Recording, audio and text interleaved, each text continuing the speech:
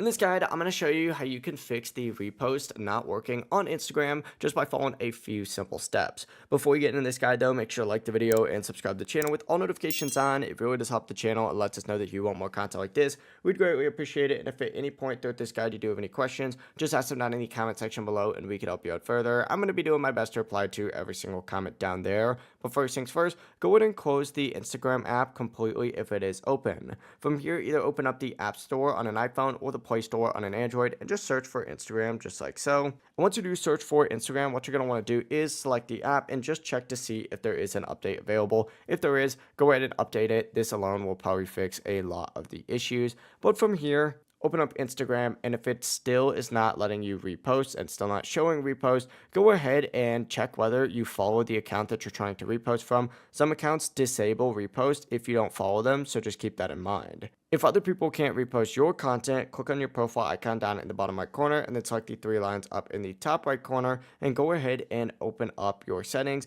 And from here, just scroll down a little bit. And what you're looking for is your account privacy first. Go ahead and make sure that you are a public account. And from here, go ahead and scroll down a little bit more. And what you're looking for is the sharing and reuse tab. Open this up and just make sure that you do have allow people to share your posts and reels on and repost post and reels as well. If it's still not working, go back to your main settings page, scroll all the way down to the bottom, hit log out and then log back in. And then from here, if it's still not working, just reinstall Instagram by deleting it and then reinstalling it through either the App Store or the Google Play Store, and you should be good to go. If you do have any questions, ask them down in the comment section below and we can help you out further. I'm going to be doing my best to reply to every single comment down there. Before you do leave this guide though, make sure to like the video and subscribe to the channel with all notifications on. It really just helps out, lets us know that you want more content like this. We'd greatly appreciate it. Have a great rest of your day though.